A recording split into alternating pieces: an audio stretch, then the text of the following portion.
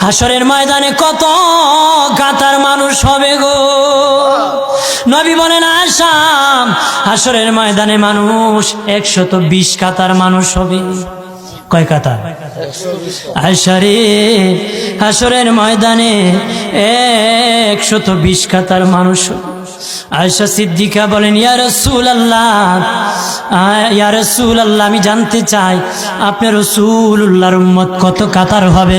নবী বলেন আয়েশা, আমি রাসূলুল্লাহর উম্মত একাই 80 কাতার হবে। আয়েশা বললেন ইয়া রাসূলুল্লাহ, দিনের নবীজি 80 কাতার দিয়ে আপনার উম্মত হবে, আপনার উম্মতকে কেমনে আপনি চিনবেন? নবী বলেন আয়েশা রে, আমার উম্মতকে 3টা পরিচয় আমি চিনব। 1 নম্বর পরিচয়, আমার উম্মতের কপাল থেকে নূর চমকাবে, নূর চমকাবে। নবী বলে বাবা সাহাবীরাম, অসংখ্য ঘোড়ার মধ্যে যদি কিছু চান কপাল্লা ঘোড়া হয়, এইগুলা চিনতে বড় সহজ হয়।